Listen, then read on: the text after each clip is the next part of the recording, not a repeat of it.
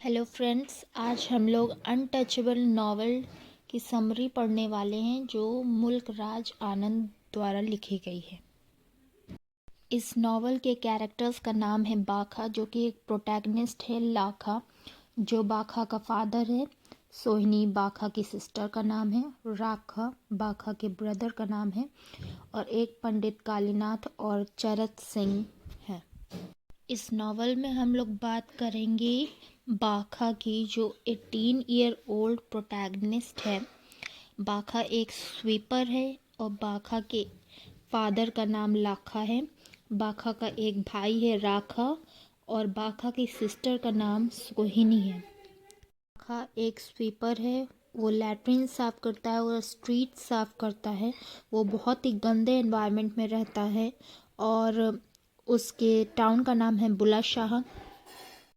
बाखा के दिन की शुरुआत होती है जब वो ठिठुर रहा था ठंड से। बाखा का ब्रिटिश स्टाइल ब्लैंकेट भी उसको गर्म नहीं करता। लाखा, जो बाखा के पिता है, उसको डांटते हैं कि काम पर जाओ। और बाखा अपने पुराने दिन याद करता है जब उसकी माता जिंदा थी और उसके पापा उसको कम डांटते थे। बाखा काम पे जाता है और बाखा की बहुत स्ट्रेंथ है, पर बाखा बहुत ही स्लोली काम करता है, जिसको देख के हवलदार चरत सिंह उसको डांटते हैं। पर हवलदार चरत सिंह उसको प्रॉमिस करते हैं कि वो उसको एक हॉकी देंगे दिन के अंत में। सोहिनी, बाखा की बहन, अपनी फैमिली के लिए पानी भरने जाती है। सोहिनी एक नीची कास्ट से बिलोंग करती है, इस वजह से वो डायरेक्टली वेल से पानी नहीं कलेक्ट कर सकती। इसलिए उसको वेट करना होगा एक हायर कास्ट हिंदू का, ताकि वो उसको वेल में से पानी निकाल के दे। तो वहीं पर गुलाबो एक वॉशर वूमेन होती है, जो सोहिनी को याद दिलाती है कि सोहिनी एक लोअर कास्ट को बिलोंग करती है और वो लोवेस्ट में से भी लोवेस्ट है। फिर आते हैं पंडित कालीनाथ, जो कि एक ब्राह्मण पंडित है और वो उन लोगों को वेल में से पानी निकाल के देता है, इस होप में कि ये एक्सरसाइज उसका कॉन्स्टिपेशन ठीक कर देगी। पंडित कालीनाथ सबसे पहले सोहिनी को पानी देता है और उसको बोलता है कि मंदिर की सफाई कर देना। बाखा अपने काम पे निकल जाता है। वो धोखे से एक आदमी से टकरा जाता है, फिर वो आदमी उसको वर्बली बहुत अब्यूज़ करने लगता है।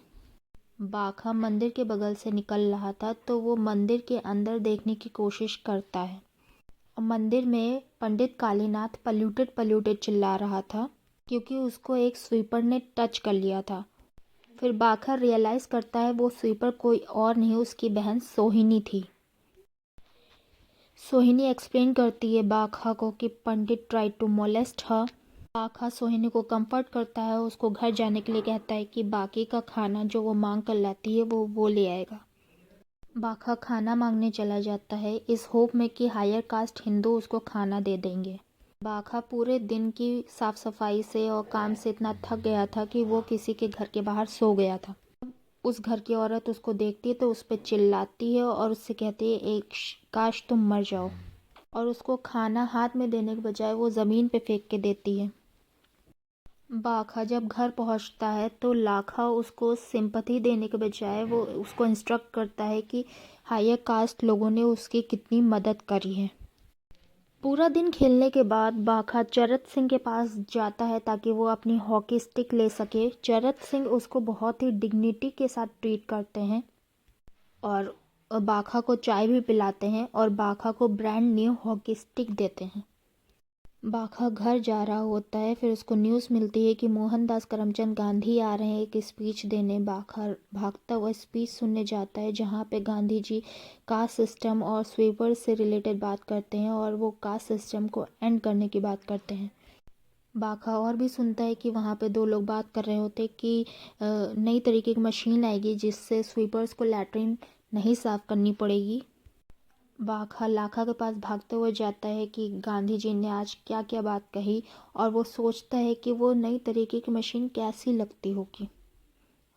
और इसी से हमारी समरी का एंड हो जाता है। Thank you, like, share and subscribe.